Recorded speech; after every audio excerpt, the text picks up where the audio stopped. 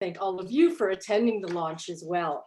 So as Alen and Lucia noted, Nick and I are just going to take a couple of minutes to frame the special issue, and we're going to proceed in the following manner. I'm just going to go over some basic objectives and the broad argument of our introductory essay, and Nick will then discuss the advances and limits of the existing literature on the relative surplus populations. After which I will then highlight some theoretical openings for future research, which has obviously been initiated by these excellent contributions. So why are we looking at relative surplus population again? You know, we've traced back the literature, and it looked like since the new millennium, so around 2000, there was a revival of the relative surplus population. And this was especially true in the wake of the social devastation of 2008 global financial crisis. And we know that the relative surplus population also falls under the label of the Industrial Reserve Army.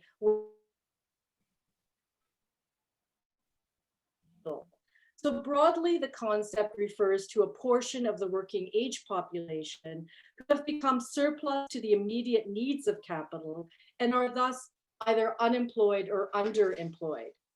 And so let's turn to the argument of the, I don't want to speak for all the contributors, but I think this is a common denominator thesis running through the papers.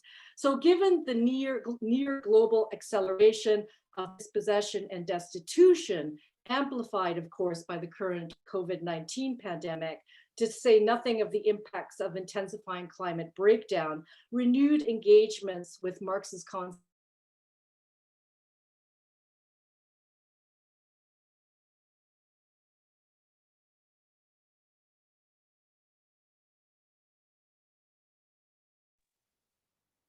I don't know why Susanne was muted. Yeah, I disappeared out of the Zoom. But I came back in. So we're having a bit of internet issues here in the house. I thought we nicked that. But anyway, let me just go over the argument. So given the near global acceleration of dispossession and destitution, amplified by the current COVID-19 pandemic, to say nothing of the impacts of intensifying climate breakdown, renewed engagements of Marx's concept of relative surplus population are increasingly timely and urgent. While acknowledging the contribution of previous research on the topic, which Nick will be discussing momentarily, we suggest that what is needed is a more holistic, variegated rethink of the relative surplus population that is more closely attuned to the ways in which surplus labor power remains entangled in the social circuits of accumulation, with differentiated experiences of vulnerability across race, space, class, and gendered lines. We also believe that a fruitful place to begin this discussion is by taking seriously Marx's insistence that the formation of the relative surplus population is both a necessary product of the capitalist mode of production and a lever for future accumulation. So that said, I will now turn over my Zoom microphone to my co-editor to say a few words about the revisions and the revisiting of Marx in our intro essay. Hi, everyone.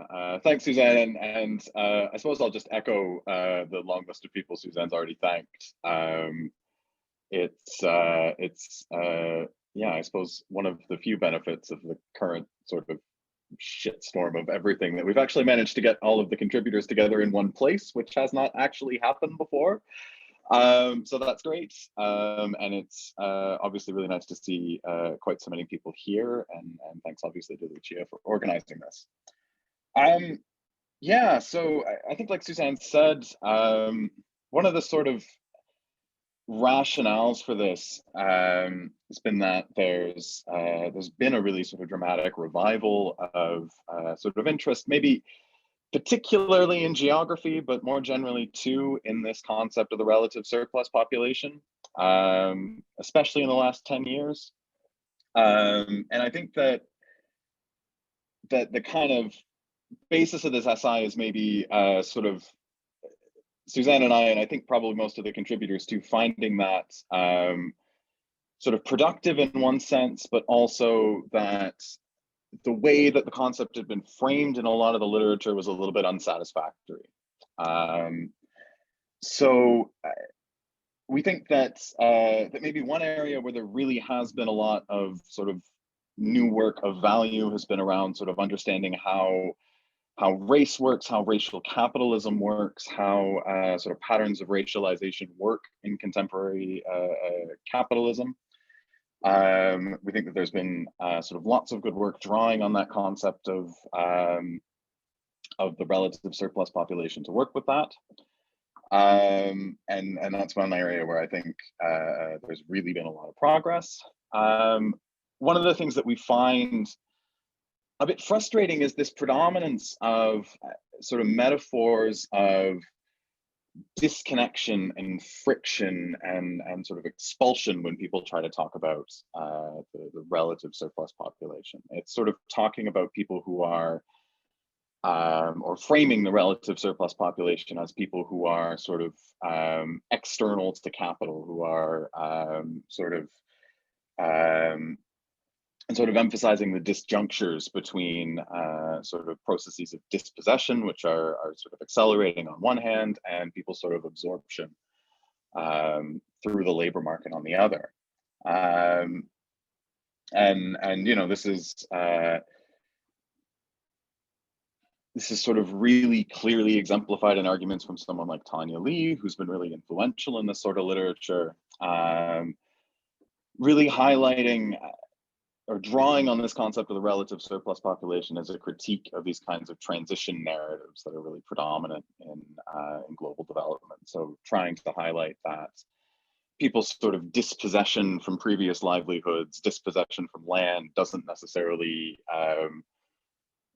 isn't necessarily driven by the demand of capital for labor, and so doesn't necessarily correspond in time or space, and really putting a strong emphasis on that sort of disconnection, how those processes are separated. And out of that, we've gotten a lot of arguments from Lee, even echoing earlier things from sort of like a Mike Davis in City of Slums, for instance, sort of talking about this mass of people who are wholly external to the needs of capital. And I think we found that kind of limiting and unsatisfactory in some ways. And it's tended in a lot of the literature to lead to this emphasis on sort of taking for granted that these people are external to the needs of capital, and then thinking about how people are sort of reproduced anyways, or how people are disciplined through sort of carcerality, through securitization. There's one paper that looks at sort of drones and surveillance as being kind of a response to that sort of formation of a surplus population. And, you know, we think that kind of slides too easily into taking that disconnection for granted, and maybe misses the ways that sort of people who aren't immediately needed for wage labor are still incorporated into sort of circuits of accumulation by other means, through debts and through rents. We talk about quite a bit in the number of the contributions to this issue, through kinds of labor that aren't immediately recognizable as wage labor. So Lucia and Rosanna have a contribution on forced labor and sort of irregular labor in Italian agriculture. There's a couple of pieces looking at agrarian labor, that sort of, again, we're not talking about wage labor in a conventional sense, but there are still people's labor being ultimately exploited for the benefit of capital, but not directly through sort of wage labor. And again, it sort of takes for granted that that lack of need of capital for people who've been expelled from land, from previous livelihoods. And also sort of misses those, we think, more sort of multiple and complicated connections between relative surplus populations and accumulation. And I'm not gonna dwell for a very long time on sort of Marx himself. We make the argument in the introduction, which is still forthcoming, that a lot of sort of the tools that you need to start trying to sort of develop a more variegated, more flexible, more sort of holistic, as Susanne said, conception of surplus populations are there in Marx, and they're very much there in the way that Marx talks about surplus populations in that chapter. And so we've tried to make a case for revisiting a lot of that. And Susanne's going to talk, I think, more about how this is reflected in the issue and some of these themes a bit more, but just generally, we think that there's a more complex understanding of exploitation there that's worth sort of dealing with. Particularly, again, looking at sort of how people are subjected to debt, to exploitation through sort of rents and payments for housing, those sort of issues.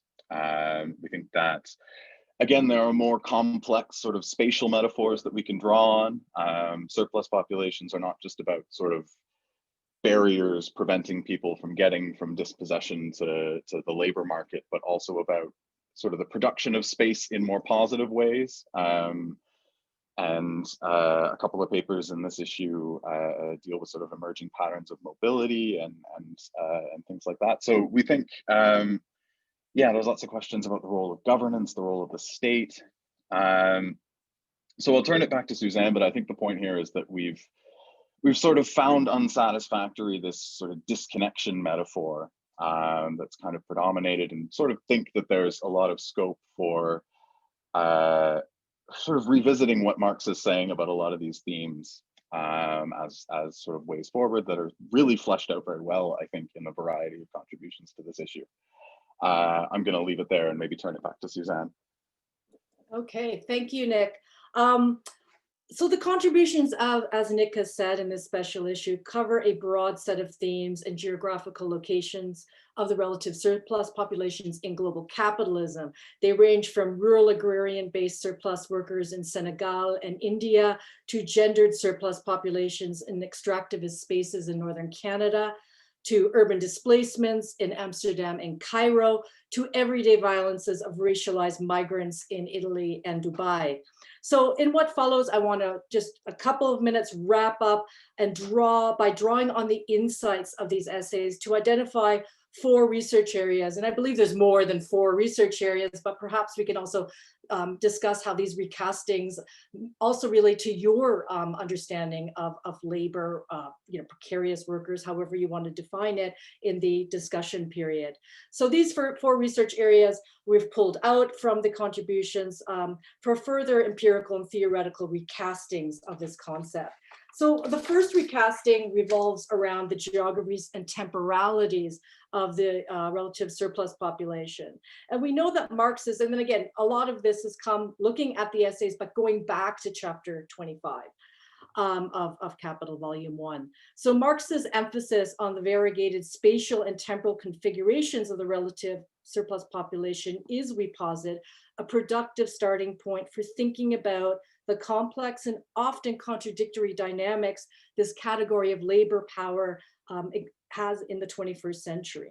And this view moves us away, as Nick said, from spatial metaphors of expulsions, frictions, and disconnections to understand how the production and reproduction of surplus populations are deeply entangled with the making of space and natures. So for example, some of the papers have talked about the reconfiguration of urban and rural spaces, as well as extractivist industries or geographies. And in doing so, they also highlight the construction and reconstruction of the appearance of expulsions, if you will, and these frictions and disconnections. So in other words, frictions, disconnections, expulsions also need to be started by looking at their fetishized form and then going in and understanding their content as they relate to the dynamics of capital accumulation. The second recasting is exploitations, as Nick mentioned. So many of the contributions of the special issue reveal an interesting point of inquiry. Exploitation under capitalism does not take place through wage labor alone. As Marx reveals in chapter 25, for example, housing of surplus populations is continually reconstituted as a site of accumulation, thereby rendering, as he notes, 2 directions of exploitation at once. as soldiers of industry, or as we know, primary or direct exploitation, and as tenants, or as Marx uses the term secondary or indirect exploitation. So these intersections between primary and secondary forms of exploitation would seem particularly important to explore in relation to the relative surplus population, including the social power of money, which continues to be, as we know, under-theorized, and how this affects places of everyday lives of social reproduction. And this is particularly true, not just of housing, but other aspects of life under global capitalism, marked by the dominance of finance, or money, if you will. And FYI, shameless self-promotion of my book that is coming out at the end of this month in ebook form, hard book, and paperback, Urban Displacements, the Governing of Surplus and Survival in Global Capitalism, in which I explore this tension between places of survival or social reproduction and sites of accumulation vis-a-vis low-income housing in Vienna, Berlin, and Dublin. Moving to the European continent this time for the book. And the third recasting, the third of four, we're almost at the end here, is the nature and role of capitalist states.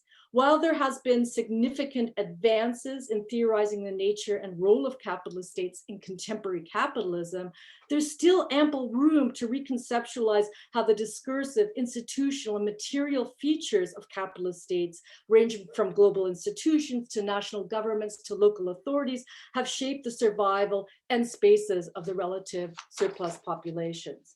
And the fourth and final recasting or area of research revolves around how labor power made surplus by capital might find themselves resisting their own marginality and exploitation.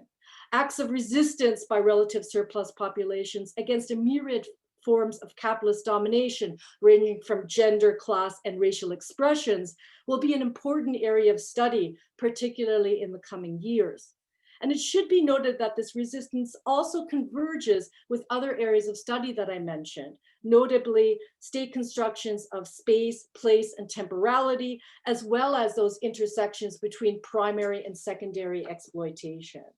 So in conclusion, while Marx's category of the relative surplus populations and its entanglement with the social circuits of accumulation does not stand above critique, we believe that it continues to be a powerful conceptual lens to make sense of our world, including the continual racial, gendered, and class oppressions and violences therein.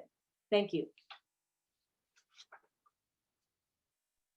Thank you, Susanne, and thank you to Nick for introducing the special issue. Let's now give the floor to our discussants for today. So we will start with Dr. Elisa Greco, who's based at the University of Lille. And also, if I can also ask all of the discussants to please also clarify or to say which papers you're discussing. Thank you. So Elisa, the floor is yours. So try to keep to around 8 minutes each. Will try my best. Hello, everyone. Thanks for inviting me. I'm Elisa Greco, based at the University of Lille and editor of the Review of African Political Economy. So I'm discussing today the paper by Nick Berners, Latent Surplus Population and Colonial Histories of Drought, Groundnuts and Finance in Senegal, and the introduction to this incredible special issue that I've been asked to discuss. And I'm really grateful because I think I share the frustration that I think motivated editors and authors to engage with a lot of literature, both on labor and dispossession, but also with on financialization that present very noisy silences, I would say, on many different important points. So I read with interest because I share this frustration of not of compartmentalizing, of creating sometimes counterproductive categories of analysis. And of course, my point of entry here is the the increase of latent surplus populations in the last 2 decades connected to process of industrialization and of post 2007-2008 financialized land grabs, which of course built on historical land grabs. So the point brought forward in the introduction to the special issue on resistance, I think it's one of the things that really made me think about the different levels of analysis at which Marx is taking us when in chapter 25 he introduces the concept of surplus population. And I think this has a wider political and theoretical question for Nick and Susan, because of course we know of the colonial legacies and the long histories and genealogies of the dispossessed, primitive accumulation as the prehistory of capital and its non-linearity, which implies the constant potential for reversal and disruption of the process. But we've seen a lot of silence on what happens to people in the land grabs, what happens to labor in land grabs, and especially what happens to resistance against dispossession, and what's the difference between resistance against dispossession and resistance in the workplace on large-scale farms. And this brings me to the other level of analysis, which is the relation between value and rent. So the special issue is very consistent, I think, in bringing forward the analysis between primary and secondary exploitation. So primary exploitation and the extraction of surplus value, bringing forward Marxist theory of value, and secondary exploitation as based on distribution, how this value is distributed, and all the categories related to it. And I started thinking while rereading volume 1 with my students this semester, why does Marx organize it that way? Why does it start from value and leaves rent for the third volume, right? I'm putting it very simply because I hope some of the students are joining us. And I think this is important in a way for our discussion of the relations between these two different types of exploitation, because there's a wider political point there. Where is the place of power for labor? And of course, I think we all agree that the secondary exploitation, as Susan and Nick point out in their introduction, so the commodification of social reproduction is also a potential basis for resistance. But after 15 years of research on resistance myself, on peasant resistance against land grabs, I am forced to face the fact that we need to be really honest about the relation between resistance and class struggle. So where is the point, where is the place and the point of power? We know that Marxist theory of value and Marxist theory of rent are joint theories. They do not happen separately. So this is, I think, what brings together primary and secondary exploitation. For me, it shouldn't be contentious. Perhaps we should ask ourselves, why is it contentious? Because I think it's pretty evident. But especially why Marx bothers at all in chapter 25. I think my point there, when he goes through the floating surplus population, the latent and the stagnant, I think we need to remember that the point here, at least the way I'm reading it, but then I'm asking to Nick and Susan to really engage if I'm simplifying sometimes. The point here is to remind us that at one pole, capital accumulation produces capital and reproduces capital, and at the other pole, it creates an ever-increasing amount of dispossessed people of labor. And what does it mean? It means that this is a process that the two things happen together. And as Susan and Nick really strongly point out at the beginning of their joint paper, especially, is that the surplus population also becomes the lever of capitalist accumulation. And how does it become so? Because its existence, the existence of an industrial reserve, an industrial army, is the possibility to keep the cost of labor down, as the social possibility of doing that. And I think that's what I want you to be more explicit on, because I think we really have a possibility here to end these, false dichotomies in a way. I think these concepts are dialectical; they go together. So the function of the relative surplus population is to enable all the mechanisms that allow for wages to be kept down, keeping people disposable, being disposable, and keeping labor cheap in the longer term. So on one side, I was a bit, I understand the intellectual work of dispelling false dichotomies, and I really support it. But I also think that when in the introduction you say that sometimes the distinction made between Marx type and Polanyi type of political struggles breaks down from the perspective of the relative surplus population. I think I'm not completely convinced by that, because I think there are different levels of analysis here that we cannot conflate. And it's very legitimate to discuss political strategy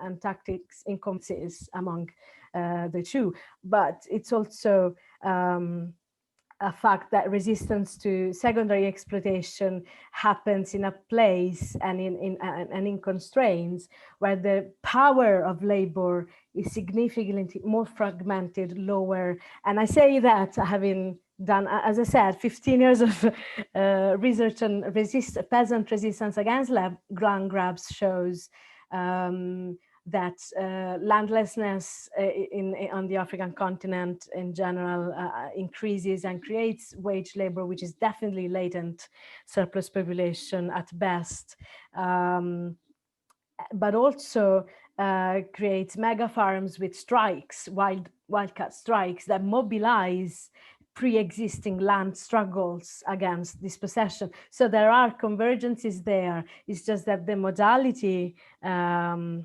and the reason for Marx put value theory in volume 1, I think, and not volume 3, is because we need to acknowledge that there's a space and place for power that can unite and mobilize all the other spaces of resistance. And this is just really, sorry if it's very raw, because I really read your wonderful papers in between preparing lectures and marking. So I'm really sorry if this is a bit rough, but I'd like to hear a bit more about these 2-3 points that I've raised from Susan and Nick.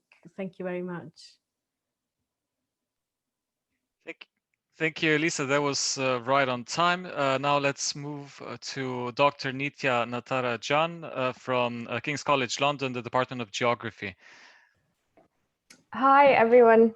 Thank you very much. And just to correct that, it's now Department of International Development, but still at King's College London. Yeah, a huge extension of thanks to everyone for allowing me to be part of this event, and also to read three very interesting papers amidst the penultimate week of an absolutely mad term. We are almost there. So I'm going to briefly, just for the really briefly, in a few lines, summarize the 3 papers, and I'm going to take them one by one in terms of comments, and then I'm going to make one kind of broader comment. And I also read part of the introduction, I should say, which was great. So the first paper that I read was Marcus and Suhas's, and Marcus's work is something that I have been quite familiar with. I've taught because I myself work on Indian agrarian political economy, and it was great to see you both turn your very fine-grained empirical lens to the problem of resilience and its ubiquitous and slightly useless use in climate literature.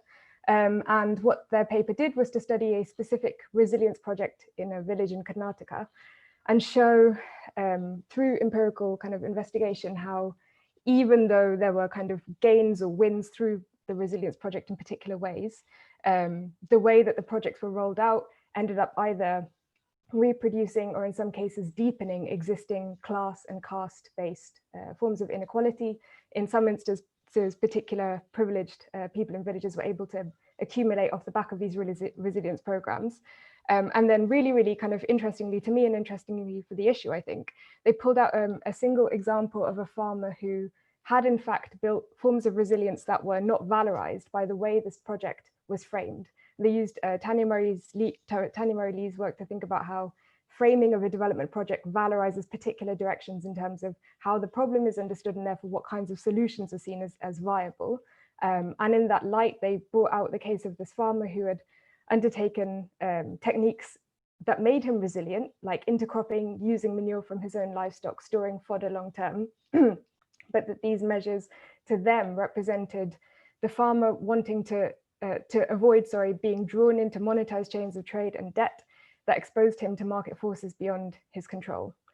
And broadly, they kind of concluded then that the project, one of the kind of key issues was that the projects didn't valorize these forms of resilience, which represented smallholders trying to build their own types of resilience in the face of being made, quote, surplus to the encroaching agrarian political economy in India. And yeah, I think that was a really kind of interesting insight. And I just wanted to ask a little bit more about that. So firstly, one of the things I found interesting was this idea of resistance to being rendered surplus or within being rendered surplus. And I'm not sure that was entirely clarified in the paper. And linked to that, how did you understand smallholders in this particular context to be surplus? Surplus in what ways? I think that was something that would be useful to clarify more. So you drew on the work of Van der Ploeg and Chayanov, which brings to mind the kind of idea of traditional peasant economies seeking to insulate themselves from market forces. But thinking that you're writing in Karnataka, the work that came to my mind was Jonathan Pattenden, and similar work in the kind of critical agrarian economy lens, which really highlights how even if smallholder farmers are able to kind of insulate themselves from market forces through agriculture, household income is reliant on multiple kinds of market, both through wage labor and also indirectly through forms of credit. So I was really interested to try and learn more about why these smallholders were conceptualized as surplus in your rendering, and what did that add to our understanding of how their particular kind of forms of resilience were working. And yeah, linked to that, just broadly trying to speak to the main aims of the special issue, where do you see the kind of future, as it were, of this particular community? It would be interesting to know, I mean, from my perspective, what caste or what class we're talking about, given the kind of broader direction of Indian agrarian political economy.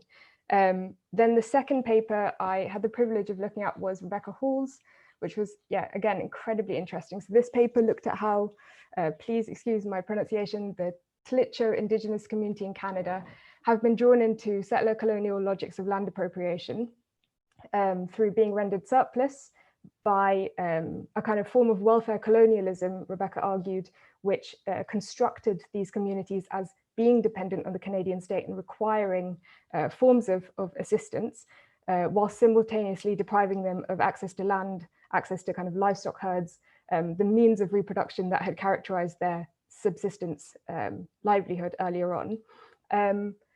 And what Rebecca talked about, which was really interesting within that, and she looked in particular at the case of a diamond mine built on indigenous land, was the way in which the indigenous community was attempting in many ways to try and not enter into the logics of being rendered surplus, and to resist against this idea of making workers need to work, which is so central to primitive accumulation. So this idea that we first need to kind of construct the surplus labor population by depriving them of their means of subsistence had kind of halted in many ways. And much of that was due to the kind of tenacity of communities in using all sorts of complicated, legal, most recently, measures to hold on to access to their lands.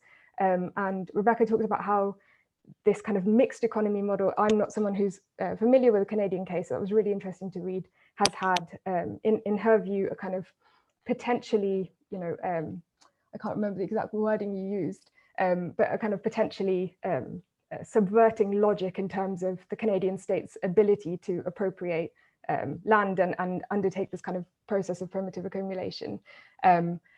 So the first query I had was something to pick up from the introduction, that again, it would be interesting, I think, to learn more for those of us that don't know much about the kind of Canadian case, which is the issue of race and racialization. So how have processes of racialization shaped this Canadian state construction of surplus populations. And I'm interested in that also, to think about, you know, is there a relative surplus population working? You mentioned migrant workers in these diamond mines who are kind of flown in from other parts of Canada. Are they white? Are they indigenous? And what is it about the particular construction of the kind of relative surplus population for these extractive industries in relation to indigenous populations that is racialized? How does that kind of take shape, and what are some of the discursive aspects of that?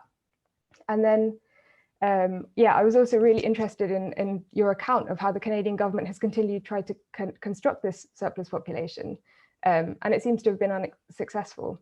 And partly this is due to the resilience of the subsistence economy and the fact this reduces the need to work among indigenous communities. A first question from my work in Cambodia and Southeast Asia would be, drawing on the work of James Brown, who works on Lao, whether you see there being an indirect benefit to either capital or the state through this form of subsistence. So is there not a sense in which some of the costs of the reproduction of the labor force are being kind of taken on by indigenous workers, as opposed to being transferred to capital and the state? Is there a kind of difference, for example, in, you mentioned that indigenous women are working as the food providers on these diamond mines. So how can we understand that in terms of seeing the holding on to subsistence production as a form of either resistance or actually a form of subsumption? And then secondly, what is it, again, kind of linked to this idea of race and maybe identity in this instance, what is it about the kind of community that has resisted this transformation into the waged workforce? It's really, really interesting that it's happened, and it would be great to understand more, you know, how has that kind of come about, and how do they see, how have they kind of resisted this idea that waged workers should be a kind of means of adaptation or resilience in the face of the climate crisis in this part of the world? How is that resisted ideationally? And then finally, the third great paper I got to read was Vanessa and Geraldine's. So this paper, sorry, I'm speaking really fast, just trying to get through it all. This paper explored Filipino workers who had been, quote, surplused from the Philippines into Dubai. But unlike papers I have read before about the migrant workforce in Dubai, this really interestingly focused on workers who went more into kind of management style jobs in Dubai, which is, yeah, something they very much see as part of their novel intervention. I would agree, it's not something I've read about very much. And they theorized, as I said, these workers as being surplused from the kind of Filipino workforce and spatially kind of disaggregated from it. However, they do talk about the fact that the remittance of these wage workers is anything but surplused, which comes later to one of my kind of queries about the theorization of surplus here. So they focus on a program which is called Ignite, where workers from Dubai who've been working in these kind of quasi-management style jobs, subject to a highly racialized division of labor in Dubai, and so unable to kind of ascend in the way that perhaps other kind of communities can, and very much aware of that by the end, often tied to forms of debt, either to enable the migration to happen in the first place, or once they get to Dubai, or both. Workers looking to then return to the Philippines are engaged in this Ignite course, which is about teaching kind of entrepreneurialism and trying to instill what they call, what do they call it? Kind of nation building as well. So they basically talk about how these courses produce the idea of the ideal type entrepreneurial worker, the self-sufficient worker. They instill this sense of not wanting returning workers to be dependent on the Filipino state. And I should say this program is run by the kind of Filipino state and is staffed by Filipino community members. So it's very much a kind of outreach extension to construct an ideal type returning worker, and they're kind of asked to build business models and so on. To be able to come back and start businesses.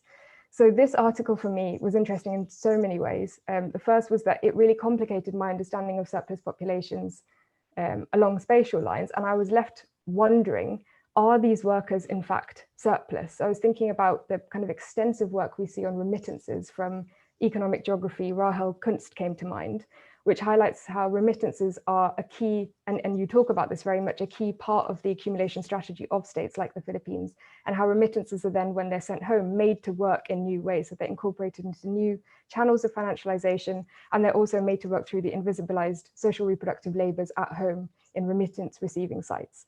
And so in that sense, could we actually see this as a spatially disaggregated representation of Filipino accumulation? And so in a sense, these wage workers, are they surplus? And in what ways does calling them surplus add to our understanding of the term surplus and complicate it from what Nick and Susanne talked about, which is the kind of Tanya Murray-Lee idea of surplus being completely removed from accumulation, which of course all these papers show clearly it isn't the case.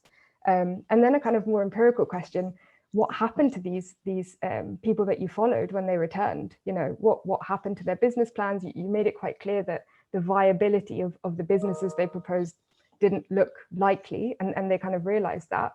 But what were the structural constraints, and did they return into wage work in the Philippines? What does it look like to have returned from this kind of surplus population, and what are the prospects then for such workers?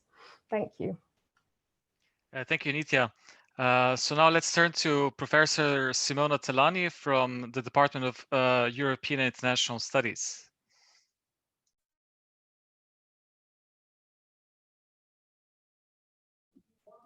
Okay, so thank you very much, Alen, for letting me talk. I had to read two very interesting papers in the special issue, one by Lucia Pradella, and that is the one I will first discuss. So let me have a look precisely at the title. I have it here in front of me. So by Lucia Pradella and Rosanna Cillo, they're bordered in the surplus population across the Mediterranean, imperialism and unfree labor in Libya and in the Italian countryside. That's really something that I was very much interested in, because I've been working a lot on a similar subject, and in particular on migration from the Middle East and Northern Africa to Italy. I'm obviously Italian as well, and I've got a huge interest in this subject. I was very intrigued by this different take to the question of migration and exploitation of labor in the Italian agricultural sector, especially in the south, and seen from these lenses of surplus population, which I never look at before, and I really enjoyed reading it, and I also found a lot of evidence and interesting evidence in the paper which I was not aware of, and so thank you very much for letting me read it. But at the same time, I have a number of questions to ask, especially to the two writers, to the two writers of the paper. I'm not sure whether they're both here, Lucia and Rosanna. If they are, I'll be happy to ask both of them. So first questions is really a question of focus, so and a time scale. The article seemed to focus a lot on the latest development, and in particular after the Arab Spring or the revolts of 2011, and what happened in terms of the war in Libya, the war against Gaddafi, and all of the civil war which followed after these, and the contrast between al-Serraj and Haftar, and the General Haftar in the divide in Libya, and in actually being ruling in the country. And obviously this is not a situation which has been resolved. All of this is of course mixing up with the question of exploitation of oil, which is particularly relevant in the case of Libya.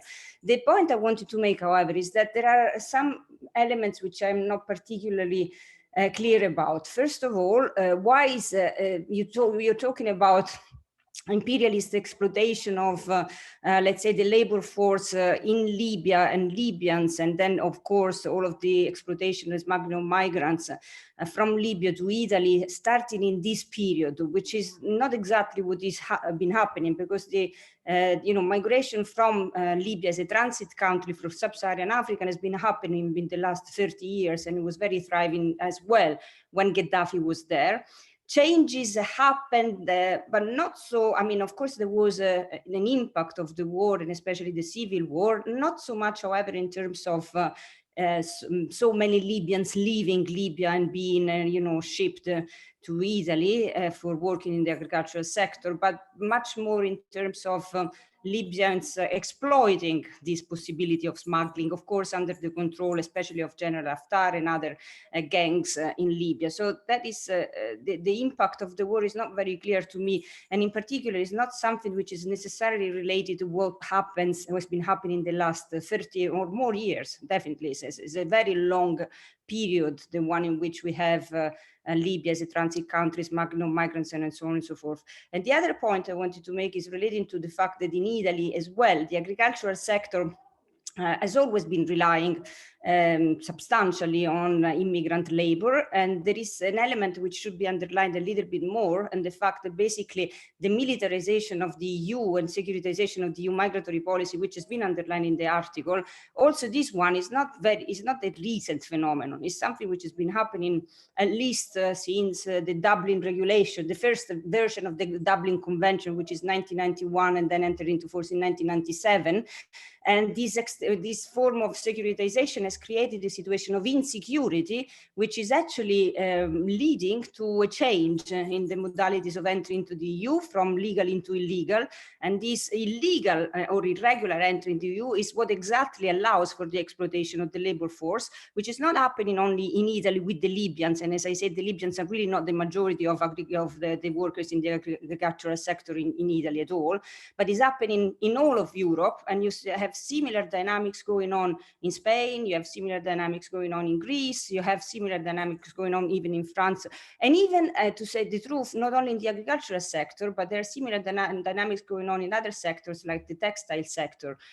Specifically in Italy, where, you know, if you look at the district of Prato, there are sweatshops where textiles are completely, the textile sector is totally dominated by irregular work by Chinese people still now. So there is a dynamic going on of reducing the cost of labor by importing irregular migrants, which is very much connected to what I would call the globalization dynamics, which is, of course, referring to a period much before the 2011 revolts or uprisings, and also is much broader in general than the focus of the article. I know that an article has to focus only on one specific issue, but by not considering that this is not something which happened only because of the war in Libya in 2011 and afterwards, and because of the role that has been played by the new civil war dynamics in the country, I think misses the point of identifying the precise general, broader context in which this is going on, which is really much broader, I believe. And the other point which I wanted to make is also relating to the resilience or let's say the capacity, the ability of these migrants to revolt against exploitation. First of all, there is an element of exploitation which is related to the fact that these are irregular migrants involved in the underground economy by definition, because they being irregular, they cannot have a regular contract, which makes their exploitation, especially in the hands of the organized crime and the gangs masters of the Italian mafia, almost inevitable to a very large extent. And of course, there have been some instances of revolt, some instances of trying to oppose this form of exploitation. But I don't think they're necessarily only happening in the last years, and they didn't really change in their nature since when they happened. Of course, there was the case of Rosarno, there were the other cases in 1989, there was another case. So it's all very sporadic cases of resistance, which I don't see as organized as they have been proposed in the paper. And also, if they're not that organized, and not only necessarily related to the latest period. And that is something, and also it's very difficult for them, because anytime that they tried, they do not have to fight capitalism as in let's say the legal form of capitalism, but they have to fight against organized crime, which is not as easy as it looks like. And I have the impression the latest years, these actually have decreased the level of opposition and of resistance, specifically because it's even more difficult than before to be integrated even in the underground economy because of the dynamics of the economic crisis. And I suspect it's going to be even more difficult later with the COVID-19 crisis. So that are my points which I would like to refer to the two authors, and they are focusing in particular to the limited, narrow scope of the analysis, which of course, as I said, is typical of the papers. And then I had to comment on another very, very interesting paper, and this is another interest of mine, which is the one about urban accumulation and reproduction in Egypt, in Cairo in particular. And this is by, let me see, the author is Lama Tawa Kol, so not sure she's here for to answer to my questions. And here my point is particularly relating, of course, the new Al-Sisi government is proposing a new modernization of Egypt, which comes after many other modernizations of Egypt, which have been happening in the last 40 to 50 years. Is not here again something particularly new. And she stresses how this is related to a new project which has been proposed by the new military government called Cairo Egypt 2052 for the creation of a new business center and in the center of Cairo, which will attract business and foreign direct investment and so on and so forth in the country. And this has also created instances of displacement of people from the urban center to other the periphery or to other settlings which are absolutely marginal in the context of the development of the new Cairo or the new urban Cairo. All of these seems to me to be particularly real in the sense that I've been working in Egypt for a long time, since 2000, and I was living in Egypt in Cairo, and I've been studying Egypt for a long time, and I got the impression that this kind of new urban settlements or new urban projects have been proposed all over again without necessarily then happening. So this got a lot of announcement effect or element to it, which I would really want to see it happening really even in 2052, which is by far a very far date. And the other element which I like the author to talk about is the fact that she believes this is happening is a new neoliberal project, which is of course displacing people and putting people in the margins of society, and of course this is not good, but this is related to the new military government led by El-Sisi from 2014. And my point here is that basically neoliberal projects have been proposed by Egyptian government since 1974 with the Sadat Infita, and this is nothing new in any possible way. To be honest, this kind of projects, the one which were proposed by Sadat first and later on by Mubarak, that also led to Egypt asking for the IMF loans in the course of the 90s, and they were of course conditional to the implementation of extremely neoliberal policies of liberalization, privatization, all aimed at attracting foreign direct investment, precisely like the new project by Al-Sisi. They were even more dangerous than this one. So in a way, I'm trying again to say that this is not new in the case of Egypt. It's not new in the case of Cairo. These neoliberal let's say projects have been happening in the last 40 years, leading of course to more marginalization of the country itself, not only of people, social marginalization, geographical marginalization, even reduction in the amount and the share of foreign direct investment which has been arriving to the country in terms of global share of FDIs or FDI stock. And also here I would like to ask the author why she believes that this is particularly new and as a new manifestation of the neoliberal ideals and ideology in the case of Egypt. So that would be my comments relating to the two incredibly interesting articles that I read. Thank you, Simona. And then finally, I would like to welcome Professor Engelbert Stockhammer, also from our department, to discuss the last paper, I think, on the list. Good evening, everyone. Thanks for having me. I'm discussing Angela Wigger's paper on housing as a site of accumulation in Amsterdam and the creation of surplus populations. And I will first summarize briefly the main points of the paper, and then second talk a bit about housing, income distribution, and class stratification. I should do two qualifications, I think, or clarifications at this point. First, my own research interest is in the area of macroeconomics, and recently in particular of housing, political economy, and macroeconomics. So I have to admit, I've read the paper most of all as a paper on housing and accumulation, and only realized in the last few days that the special issue is on surplus population, which I failed to fully appreciate until recently, to my embarrassment. But I can fully relate to the housing aspect of it. So I'll talk a little bit about that, and in the process of that, I'll in particular will interrogate the notion of secondary exploitation and its usefulness a little bit in the context of housing. And that comes with the second clarification, and that is my own background is in post-Keynesian economics. So I'm coming from a side where it's not obvious that there's a primacy of any sort of the sphere of production. And that will ring through in various of the arguments that I'm making there. And if I don't run out of time, I would also have various comments on the macroeconomic effects, the impact of housing and financialization of housing on accumulation, and in particular on the question of housing cycles.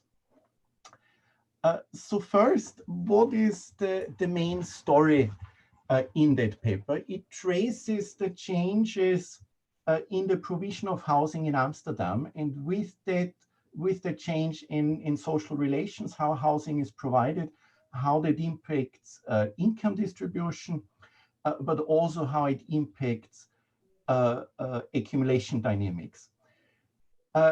Amsterdam, and that will be familiar to a lot of people working in continental European cities, up to the 1980s had a very strong social housing bloc. That's up to 60% of rental housing in Amsterdam. So in other words, we have a market here that is to a very significant extent decommodified, at least in the loose sense that it's not pure market forces there. I'm coming mentally, at least, from Vienna, where we had a quite similar phenomenon, then often labeled Red Vienna. And if you go back to the political agitation of the working classes, and by that I mean social democrats that in Austria traditionally were quite strong, housing actually in the early 20th century features very prominently. And it's not a coincidence that they built so much public housing. And sort of looking at the political literature at that time, sort of one is a bit wondered why it took us as social scientists so long to sort of realize the centrality of housing in a lot of social relations. A simple sort of back of the envelope calculation, I think, makes that very clear. In urban regions, typically 30 to 50+% of a household's income go into rent or other housing related expenditures. We don't need any grand theory to say that if we have big structural changes in housing, that will have massive impact on income distribution just because of the volume of money that goes there. The second point in that context to keep in mind, of course, is that if you look at, when you look at rents, but also on the increase in house prices, where that comes from, it's essentially land value. It's not that the houses have become massively better, that the physical structures, it's essentially land valuation that is driving price dynamics and ultimately rents there. Thus, you get a feeling of how critical that actually always has been. And I think there's a certain danger in some of the social sciences literature to take for granted the experience of the post-war era where housing was relatively subdued in its importance, precisely because the labor movement achieved a lot of social housing. And then the paper traces very nicely how we have various steps of deregulation in the course of the 1980s, and that in a way is two-pronged. It's on the one hand in redefining what social housing is there for, and ultimately it becomes social housing for the poor as a social service for a sort of underclass. Whereas of course, the traditional understanding for social housing, but much the same in continental Europe for social security in general, was that it was for the working classes in general. It was part of the social wage. And so it's taking out of that, and of course, something very similar also happened in Great Britain. Housing associations are asked to privatize, to finance themselves via privatization. In Britain, the social housing sector was purposefully restricted, was forced to privatize. That comes with a deregulation of rent in the private sector, which of course came hand in hand and is a lot easier to enforce if you have a big housing sector. And that eventually opens up housing for, if you want, financial activities. And housing then becomes a massive engine of financialization. And again, that's something that was underappreciated essentially until the global financial crisis, where one realized, both from the mainstream and political economy side, how central housing is for finance, for banking, and thus ultimately for the macro economy. And in the meantime, we know that if you look at bank balance sheets, in the meantime, above 50% of loans by banks are mortgage related. In other words, banks by and large are not institutions that finance businesses, they're institutions that finance real estate transactions. And they then sort of got its apex in the securitization of real estate related securitization, but that really in a way is the peak of a big financialization pyramid. And if you looked at the early financial stability reports in autumn 2008 and 2009, when the global financial crisis was still called subprime crisis, and if you looked at the IMF tables carefully, it actually became clear pretty soon that the big losses for the financial sector were in prime real estate. And that's not necessarily the area that was most overvalued. It's just because that's where the big value are, because these are where the valuable houses are, and because the US has a very sizable middle class. And thus, while subprime was particularly leveraged, of course, the big losses were in prime mortgage lending, which again illustrates just how central housing is, that it eventually brought the US financial sectors to its knees and then ultimately was bailed out by the state and by the central bank rather than by market mechanisms. And so the paper traces that very nicely and asks what the implications of that centrality of housing for class analysis is and for class structure, and points out that we have we increasingly, with that, if you want, privatization, financialization of housing, get a distinction between asset haves and asset have nots, and by assets we mean housing assets, because of course for the bottom 95% of the income distribution, their wealth is essentially housing wealth. And so the distinction between asset haves and asset have nots is important along several lines. Importantly, it's a split that goes right through the working classes, because a very big chunk, order of magnitude half of the working classes, own their homes. There's obviously big differences across regions, in particular cities versus countryside, but it's clear that very sizable parts of the more well-to-do working classes were able to own their homes, and in neoliberal times thus accumulate quite substantial wealth in the form of these homes. Now, data, of course, is different from the necessarily generating income. A lot of the wealth gains in housing are not realized, or are only realized very sporadically. So in a way, the rental sector is only one subset of that from the financial investor's point of view, but also from the point of view of the bottom 90% of households. The interesting bit of housing is not the rent payment, not the regular income stream, but is really the capital gains that are in there, because they are potentially massive. Now that has all sorts of consequences. It has big generational impact because very soon then first-time buyers get priced out of housing. We see that all around the world that while house ownership has been increasing, if you look at first-time buyers, it is currently collapsing with the restrictions on credit and relatively high house prices. We have an emergence of a new petty bourgeoisie in the sense of a buy-to-let market or small landlords that ultimately generate quite substantial income out of rent income, though empirical research on the quantities of that class and the size of the income is still quite scarce. But that sort of new petty bourgeoisie is only one part of sort of the capitalist class restructuring and modification, because what we also have is that big finance is getting into housing. And that very often, and that's documented here for Amsterdam, but it holds for most of the big cities, is that we get international capital flows coming in, institutional investors that using real estate as part of their portfolio.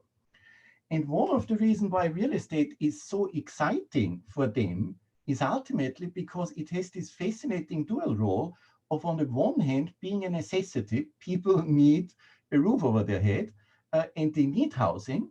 On the other hand, it's a brilliant asset class because it serves as collateral, thus it's extremely liquid, in particular in the urban areas.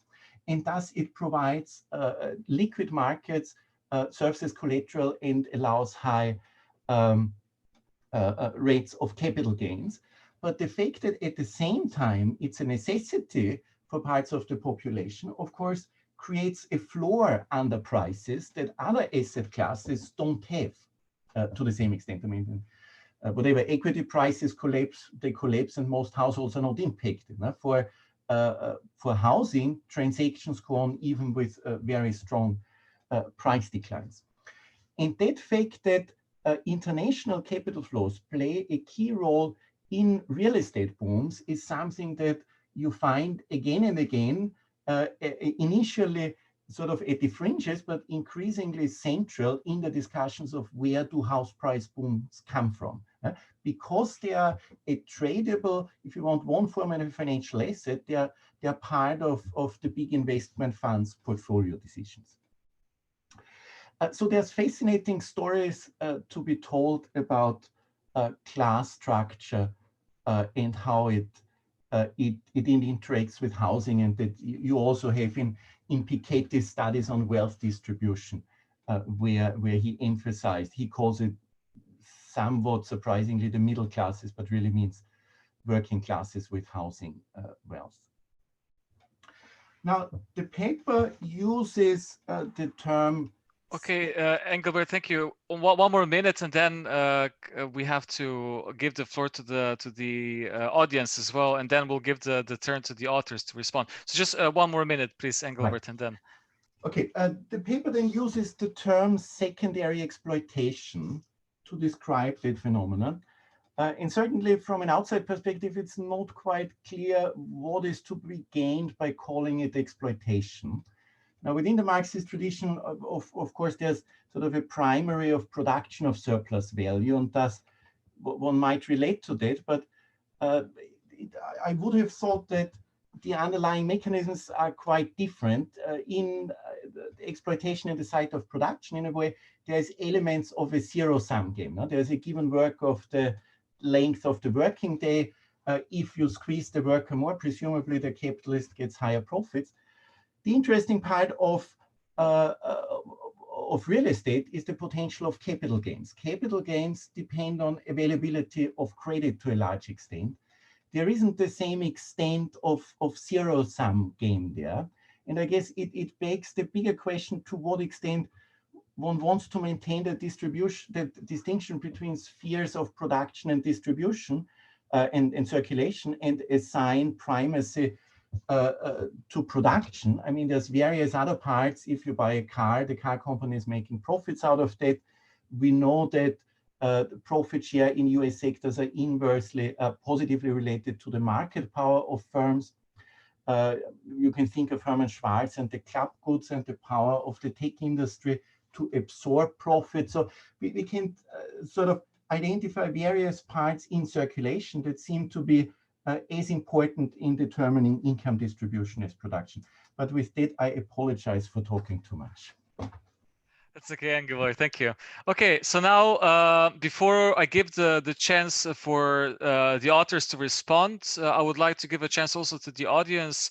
We can maybe take 2 or 3 questions. So who would like to go first? And also, can you also please specify who you're addressing the question to?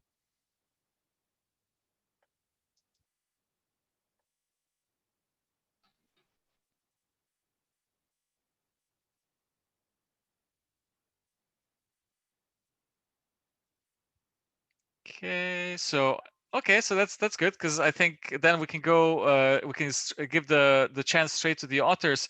So maybe shall we go in the order of how the papers were addressed first? So then Nick, then Suhas, and then Rebecca and Geraldine, and Vanessa, and then Lucia and Rosanna, Lama, and then Angela at the end. Do you know what? Why don't we let some of the contributors speak first? I guess Susanne and I have already gone through a pretty lengthy spiel, so maybe we should good. Yeah, come back at the end. So then maybe Suhas would like to go next.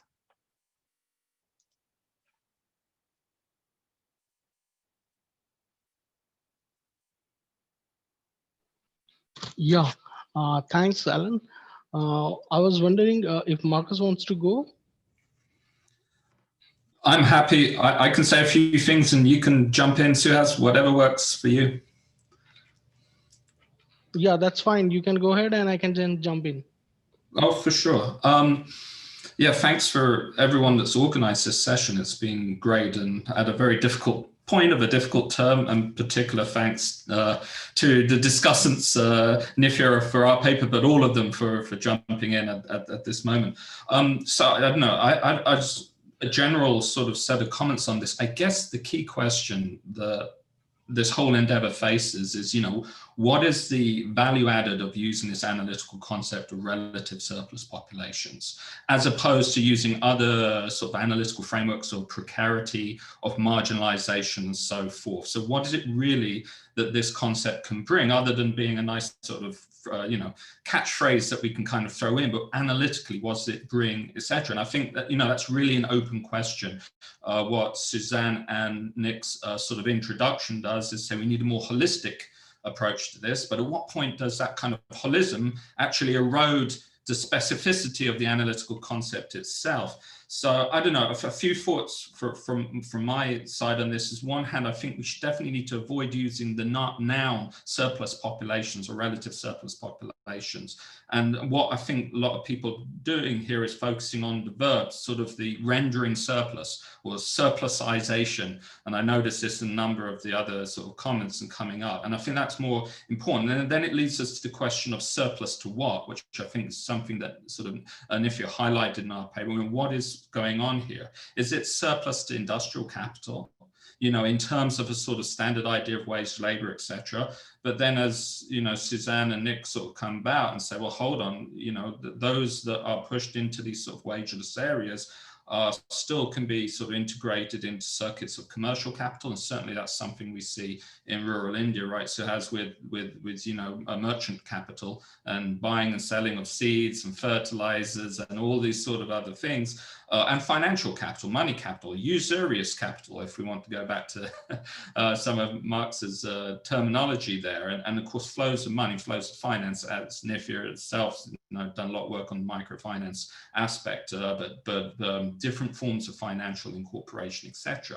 So surplus to what is a really important aspect. And obviously, in the context of looking at rural India, we've got different households where different members of a household will have a foot in various different aspects here, whether it is subsistence orientated or commercial orientated agriculture, whether it is agricultural labor in the locality, whether it's other forms of wage labor in locality or migrant labor to local cities, etc. You'll find like households composed of members doing all these different things, sometimes at the same time. So, you know, the idea that there is a relative surplus population, at least in this context, seems kind of problematic. But those dynamics of being rendered surplus, and this is why I say that so many, what we see, and it kind of complicates the question of resistance, because I think, and Suhas, you have to say whether you sort of see this too, is that a lot of people we saw are actively striving to not be rendered surplus. And so this is where that concept of resilience comes in here, because interesting sort of governmental responses to the current configuration, say we need resilient households, we need resilient individuals. And the kind of idea of resilience unspoken is that a household that can avoid completely being made surplus and so forth to all these different forms of integration into the broader sort of capitalist economy in that sense. And the interesting thing here is, of course, climate change complicates this greatly. And one of the things I think we saw is that this discourse on climate resilience kind of naturalizes all the sort of political economic workings of labor markets and precarity and so forth, and says, the issue is climate change. You know, the climate has become unnatural and you need to become resilient to climate change to build up your resilience in one thing, so you can deal with all the shit that you're going to face on the other side, which is precarious labor markets, which are, you know, commercial linkages into commercial capital, which send your products over to the cities, which you're going to deal with traders, money lenders, all this other thing. And so it's incredible discursive structure, which kind of puts all the emphasis on climate change, which of course is important, at the same time as it makes invisible and naturalizes the political economy in which these processes of surplusization, of rendering surplus and that struggle, etc. on that. So I'm not sure if that addresses too much of what Nithya has suggested, but I think these are some of the things for us. Suhas, go jump in, please.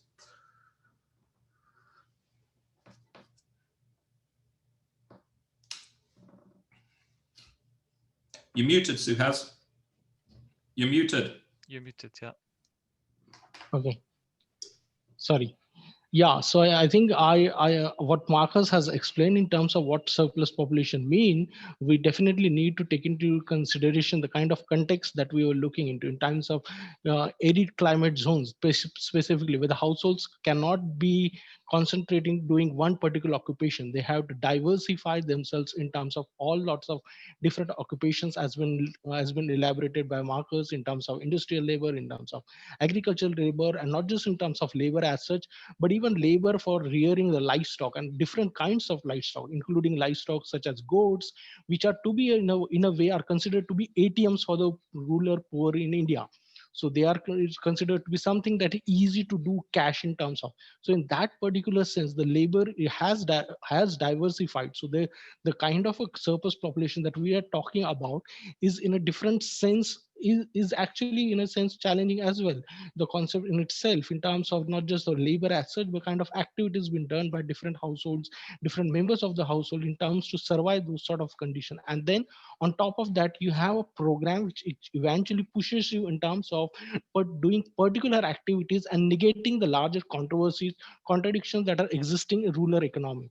I think in that particular context, our paper really helps us in making out that distinction, that what is primarily important is to address these kind of contradictions which are there in part of rural economy in terms of context of India, and that too in context of semi-arid regions such as the one Naginhalli village that we did in Karnataka. And I think that is more interesting to understand the diversity that is existing in a country like India, rural diversity, agricultural diversity, and in that particular kind of a diversity, we need to rethink about the concept of surplus population as such. This story might be very different in context of those regions where agriculture is much more flourished, but in this particular context where agriculture is not that flourished, there we have to rethink about that concept in a sense in latter. And that is where I think the idea of resistance also does play a larger key role, because for us, or at least in case of our case, the respondents' resistance was not to in a way participate in the whole program of resilience in itself, at least for the most poor farmers. For them, resilience in their own sense is to prevent themselves from getting into the trap of debts and thereby getting into trap of market as such. And that precisely kind of a resistance that is being put forward by the small farmers. And I think that precisely helps us in understanding what this surplus population really means in this particular context. Yeah. Thank you, Suhas. We can now move to Rebecca, if she has any comments in response, and then Vanessa and Geraldine. Okay, thank you. First of all, thank you so much to the organizers and to the discussants. This is a really interesting conversation. And Nithya, thank you for your great questions.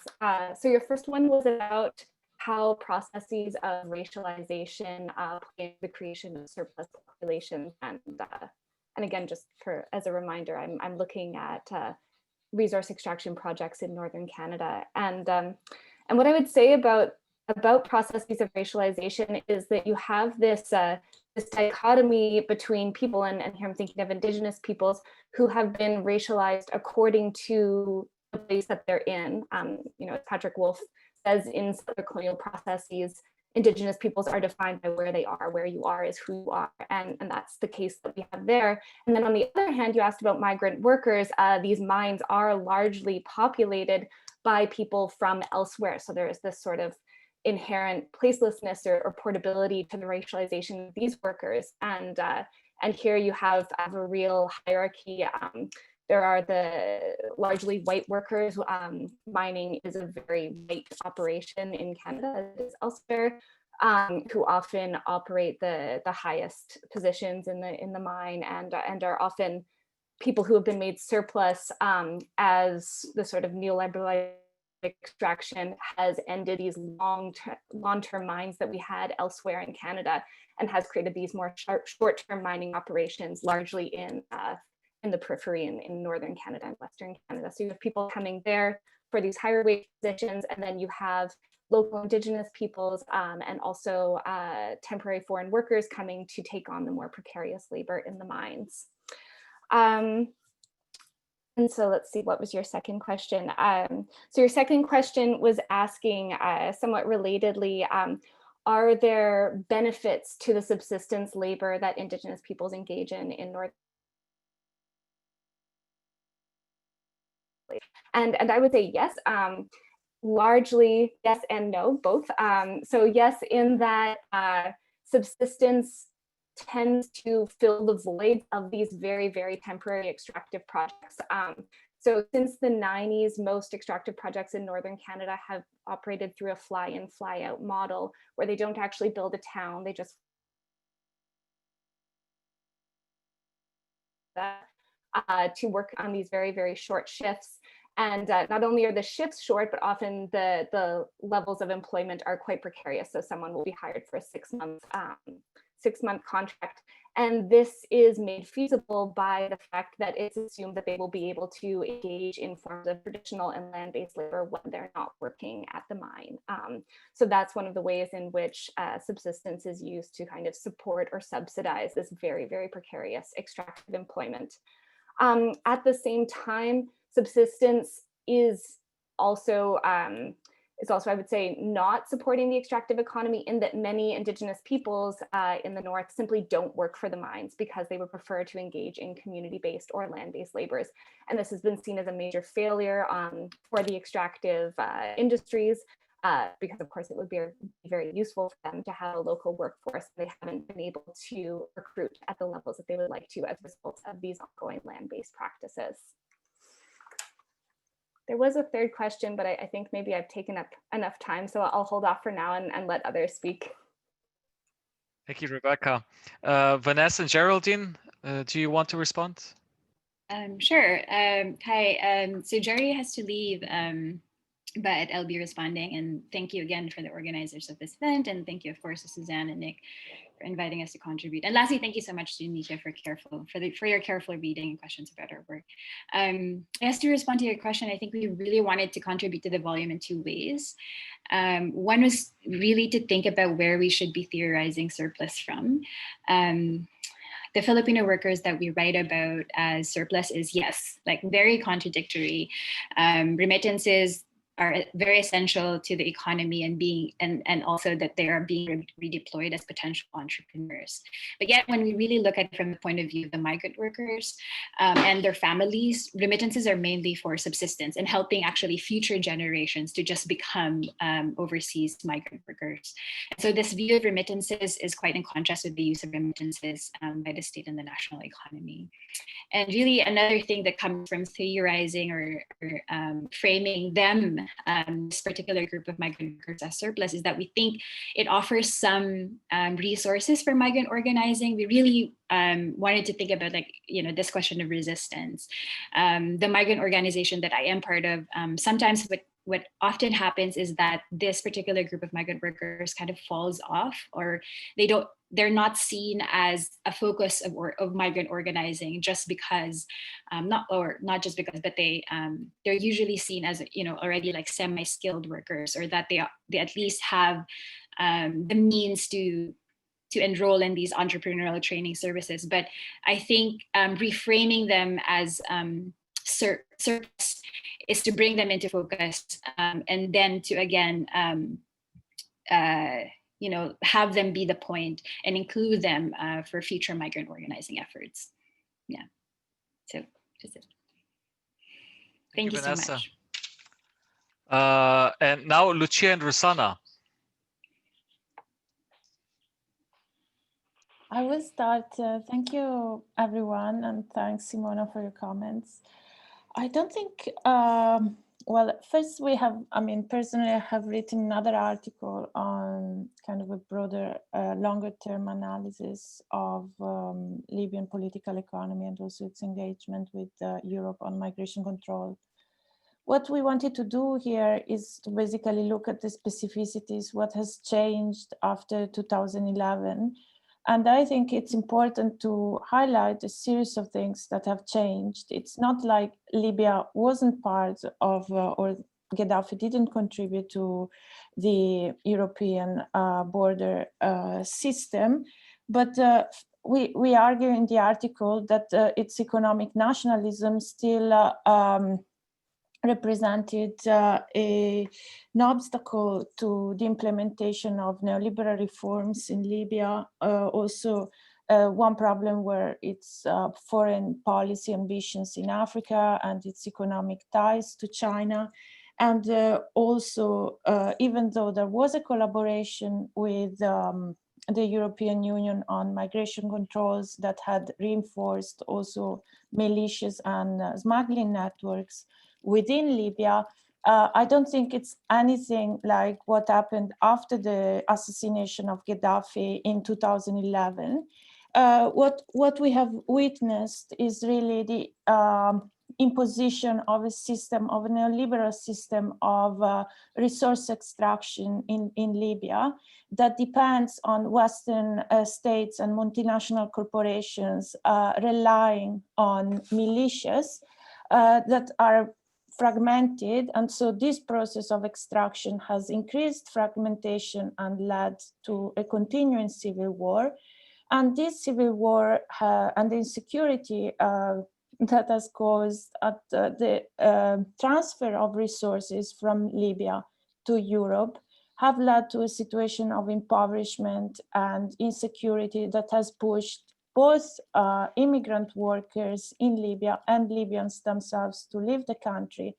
So I just want to say first that I don't think we discuss enough the fact that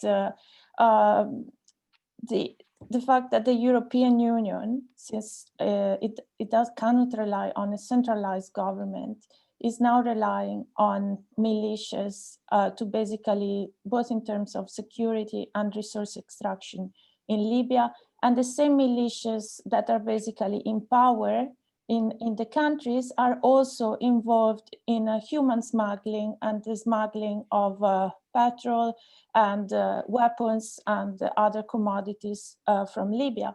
So basically, we as the European Union have empowered criminal networks in the countries in order to guarantee this extraction of resources.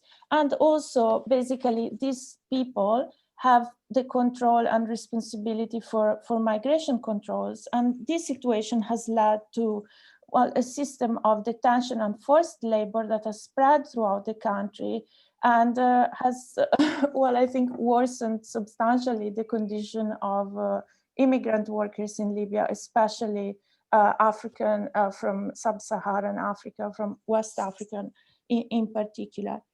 So I think it's important to denounce the neo-colonial motives of this intervention in 2011 and the consequences, the dehumanization that it has provoked. And I think the other thing we wanted to highlight is that, so on the one side, what we are told is that the migration controls and the militarization of borders in the Mediterranean are aimed at keeping these people away from Europe, as if there is this myth of African invasion, like all Africans want to come to Europe, which isn't true. And what has come out is that on the one side, these kind of processes have mobilized the reserve army of labor. And on the other side, the migration policies implemented by the European Union at the same time trap these people in Libya and push them towards Europe, because Europe becomes their only option because they cannot go back to their countries of origin. So it's a system of appropriation of labor power that is taking place. It's not keeping people away from Europe. And the way in which this has happened, especially between 2011 and 2017, because of the decline in work quotas, hasn't been directly a process of illegalization of migration, because there has been a tenfold increase in applications for asylum in Italy. They have increased from 13,000 to 130,000 between 2007 and 2017. And this has created reserves of asylum seekers that are in a specific situation of vulnerability that has been exploited by employers in Italy in order to attack and undermine the conquest of the struggles of immigrant workers in the previous decade. Okay, so this is my point. There was a last question about whether there is or not a growing movement of immigrant workers in Italy, and I think Rossana wanted to answer this. Yes. Well, we refer in our article, we refer above all to the period from 2008 onwards as regards the struggles of immigrant workers employed in agriculture, because it has been the most important period of struggles in this sector in Italy. After the demonstrations that took place in 1989 in Italy, following the killing of Jerry Maslow, who was a South African refugee working in Italian countryside, there were not significant struggles organized by immigrant workers employed in Italian agriculture.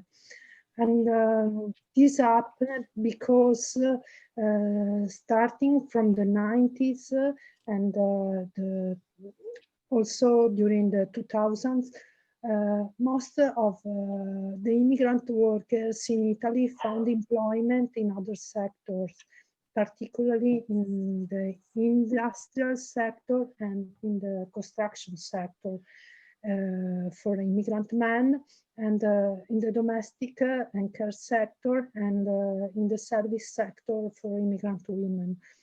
So after the riots of 1989, the force of resistance of immigrant workers in Italy have changed, and in particular, workers employed in industry and construction sectors joined trade unions and then took part in the struggles organized by trade unions such as strikes, but also national political demonstrations against right governments or national demonstration for regularizations and so on. And then we saw that the riots in the countryside restarted in 2008 and particularly in 2010, following the impact of the crisis on the Italian economy and particularly on the agricultural sector. The crisis forced many workers to continue to work in agriculture without being able to find work in other sectors. Previously, particularly during the 90s and 2000, the agricultural sector was a kind of a transit sector. But after the crisis, it has become a kind of permanent sector of employment for Susanne, I think what we want to say really is what is new in these new struggles. Yes, after, try to wrap up so then we give a chance to Lama and Angela, and then we go back to the audience again. Yes, so we highlighted that during the last decade there has been a number of new struggles in the Italian agriculture, and there has been also an attempt by immigrant workers to organize stable structures, associations, forms of trade unions, and so on. There has been also an attempt to link the struggles in agriculture with the struggles of immigrant workers in other sectors, such as the logistics sector in particular. So in our paper, we highlight that there is also a kind of qualitative change of immigrant workers' struggle in agriculture, and this is linked to also to the transformation of the link between the role of Libya, the immigration from Libya and through Libya, and the role of Italian agriculture as a sector of permanent employment for immigrant workers. Okay, thank you, Rossana and Lucia. Lama, do you want to respond? Yes, hi. First, thank you very much to the organizers. Thank you for having me, and thank you for the comments.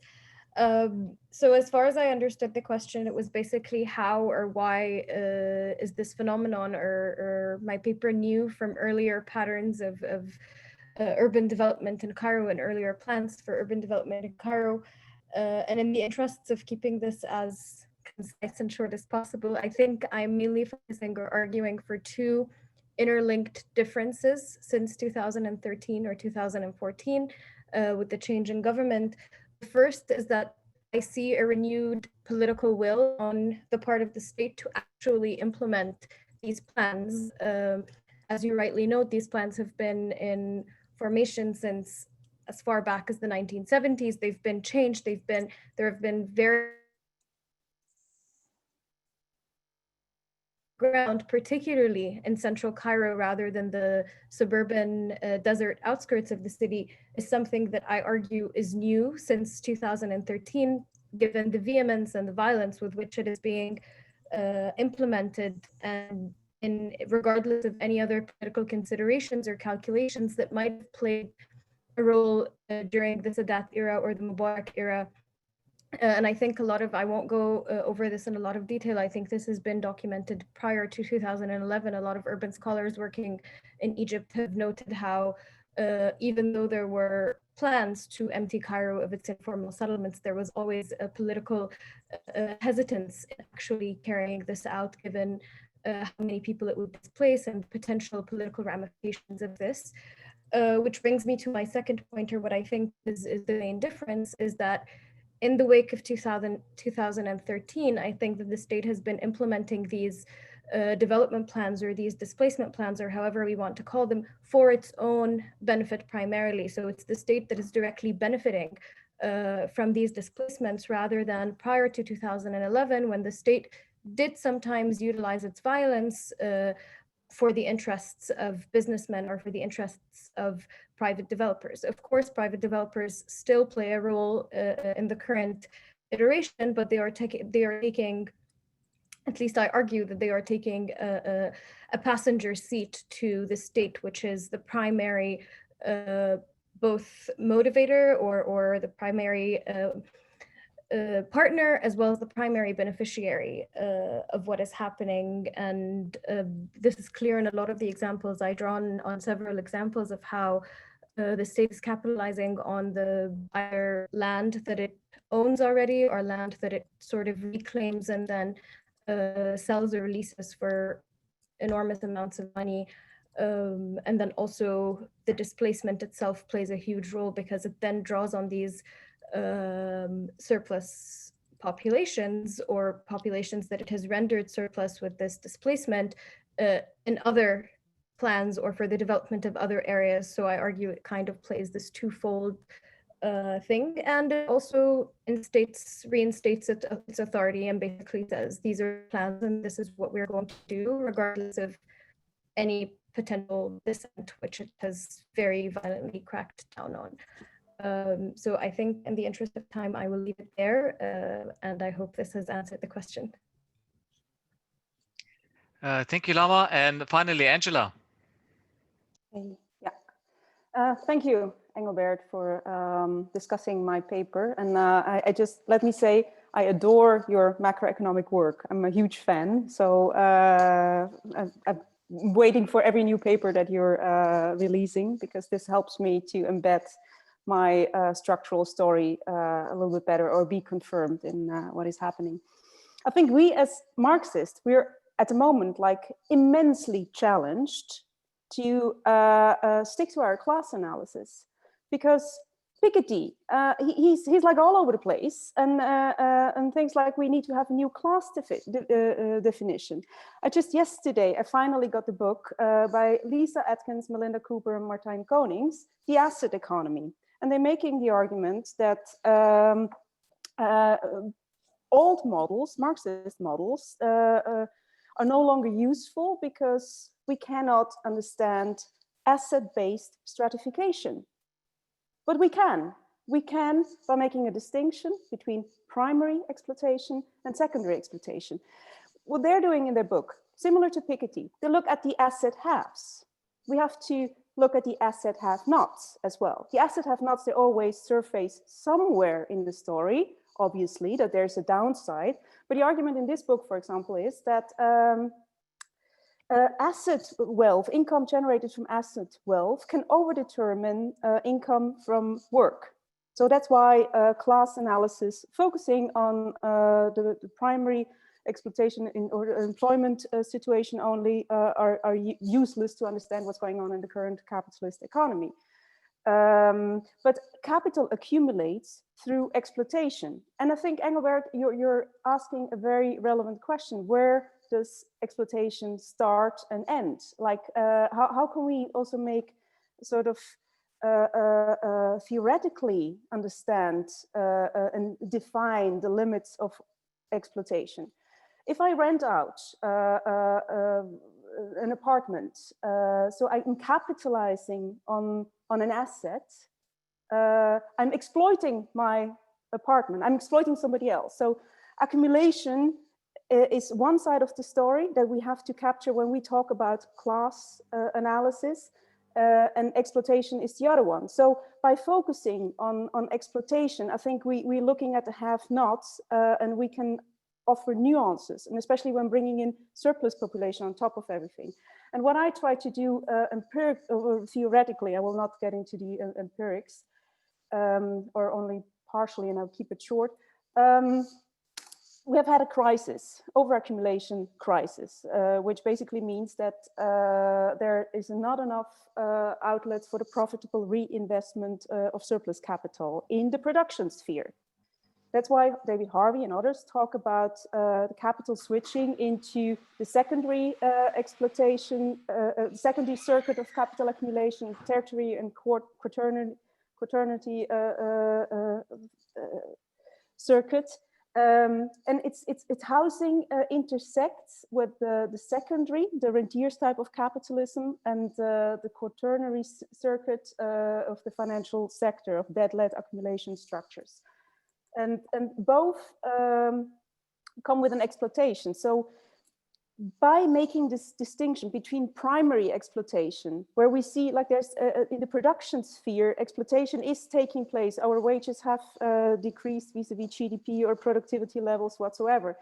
By looking at, and I'm just had my boyfriend coming in, so he's sort of distracting me and he's sitting in front of me now. I've lost my point, sorry. But if you look at the production sphere, there's hardly any investment going on there. So a lot of money is circulating and accumulating through the secondary and the quaternary circuit. And also there we see exploitation. And secondary exploitation can overdetermine the exploitation in the primary production circuit, which means it might be there where we have to locate surplus population. So surplus population in housing, they surface when secondary exploitation exceeds primary exploitation.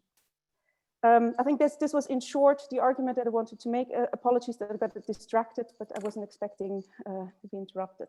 So thank you. Thank you, Angela. Alex, you had a question in relation to Engelbert's comment and Angela's paper, so please come in. Sure. Well, it relates very directly to what Angela was talking about, because Engelbert was querying the use of the concept of secondary exploitation with respect to the housing market, because he said exploitation, as Marx conceives it, is a zero-sum game, but in the housing market, you can have both the bank and the homeowner winning because of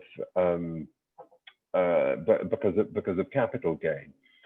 I mean, I think he's adverting to an important issue here, but I'd formulate it a bit differently, because exploitation in Marx's sense in production isn't necessarily a zero-sum game. If in the case of relative surplus value, where you have an increase in the rate of exploitation thanks to higher productivity, it's mathematically possible for the worker to end up with his or her wage representing more value. It's just that the capitalist gets a larger share of the value thanks to the increase in productivity. I think a critical difference here is however, goes back to Elisa's point at the very beginning, which is that to achieving the increase in productivity may well involve reorganizing production, imposing tighter controls on workers, speed up and so on. So even if their wages rise, they're suffering in other respects. But also it leads to the same outputs being produced by a smaller workforce. So you have, you know, one of the key mechanisms that Marx talks about when talking about the reserve army of labor, the expulsion of labor from production thanks to technological innovation. So the class struggle is central. The class struggle is central in production in a way in which it isn't necessarily in other spheres. Although, of course, it, as Angela's just been saying, it functions very, very much in housing markets. Just one quick point about the book about assets that Angela referred to. I'd refer you to Brett Christopher's Deutsche Memorial lecture, which he gave a couple of weeks ago, in which he shows that empirically the claim that they make that assets are becoming a more important source of income for the mass of the population, leaving aside Sir Philip Green's and so on, is simply not true, and that wages remain the dominant form of income for most people. And that takes us back to the struggle at the point of production, where the struggle over the wage is central. I'll leave it there. Thank you. Anyone else has a comment or a question?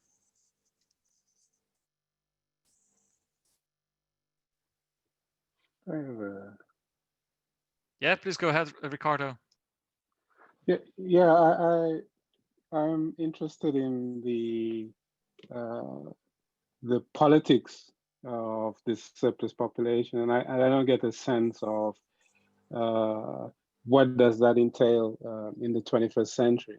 My sense is, and you know, I get if you Marx in his preface to the first edition of Capital, and I think if one turns it on its head to say that today this can if you the country that is less developed, I'm just flipping it around, shows the more developed the image of its own future. And I think of Southern Africa, Africa of the labor reserves, and how we think about its politics today. So my question is, if we think, and I'm thinking of Marikana, was a story of both the point of production and the sphere of social reproduction, and it's always intersecting. And I'm just wondering how, if we separate the two, if it's an artificial separation, because the surplus population, the active and the reserve are always tied, and I'm just wondering how if we think about politics, how it changes our conception of surplus populations and this artificial divide, which most of you have said that a lot of labor is not outside of superfluous to capital. So I'm just wondering about the politics. It's not entirely clear how it manifests itself. Yeah.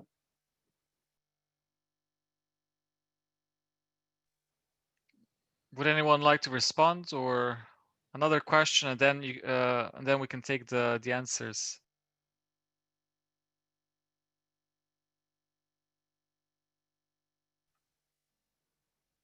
So maybe I can say a couple of general things here, and I think that maybe this speaks to a couple of the other sort of recurrent questions that we've had about you know, this sort of relationship between primary and secondary exploitation, and yeah, this sort of thing that's been raised a few times about you know, the sort of complexity of the concept and sort of surplus to what. I think, and this is going to be a really indirect answer to Ricardo's question, so you know, I'm just going to apologize for that in advance. You know, to an extent, it's a sort of, it's an empirical question, right? So there's maybe a question about sort of how people are organizing and how those maybe cut across lines between, you know, different kinds of labor, how those sort of cut across struggles around sort of workplace and non-workplace kinds of struggles.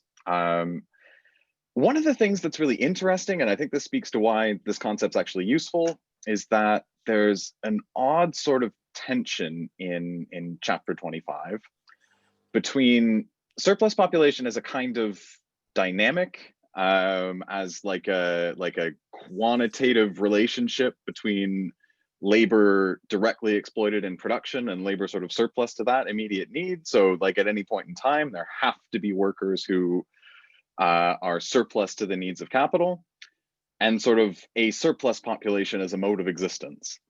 So like an actual group of people you can point to and say, that's the surplus population.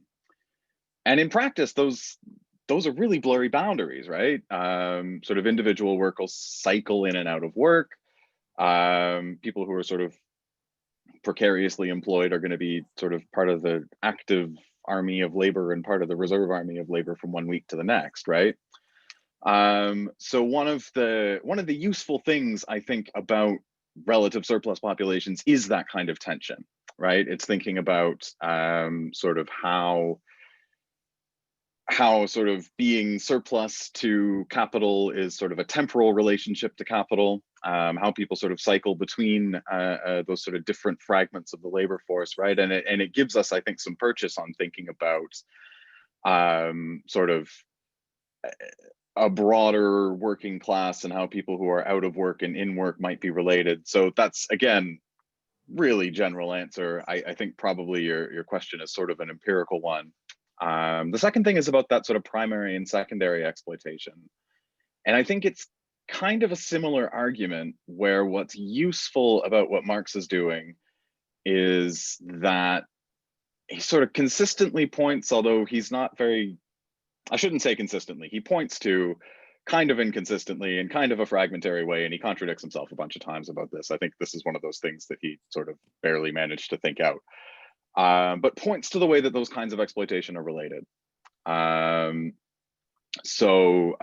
know, it's clear in some agrarian settings, right? Marcus has talked about sort of people being subject to merchant capital in different ways. My own paper talks a lot about the role of debt in sort of organizing labor for groundnut production in Senegal historically. There's lots of sort of the organization of primary exploitation is, in a lot of cases, a way of organizing, sort of the organization of secondary exploitation is in a lot of ways a way of organizing primary exploitation. Like they're very much related processes, and it kind of gets to that point about you know, the asset economy, and I of course haven't brought a prop like Angela has, but it does speak to that sort of you know, whether or not accumulation can take place on a strictly financial basis, and how there might be sort of relationships between sort of primary and secondary exploitation. And that's really the value of it, I think, is in sort of steering you towards the idea that these sorts of processes might be interrelated, and sort of asking you to look at how that might be the case empirically. And I think that has implications for how we understand sort of political struggles in practice as well. And that's probably a very non-coherent answer. It's dinner time here and I've been teaching all afternoon, but there's, yeah, I think maybe trying to speak to a couple of the questions that have been raised so far. Thank you, Nick. Well, it's been 2 hours now. Oh, Lucia wants to speak, yeah? Well, I just wanted to say something on the political aspects of implications of the analysis. Well, personally, what I wanted to emphasize from my article, and I think also as a way forward, is, well, first to challenge the national interpretations of the Reserve Army of Labor, look at the role of war and new colonialism in the expansion of the Reserve Army of Labor, and how this impacts on labor conditions around the world. And therefore, from a political point of view, what I would say is that it is not possible, really, for example, if we look at the strategies of trade unions in countries like Italy, it's not possible to organize a defense of immigrant workers without addressing also the reasons why they migrated in the first place and the violence they had to face along the way.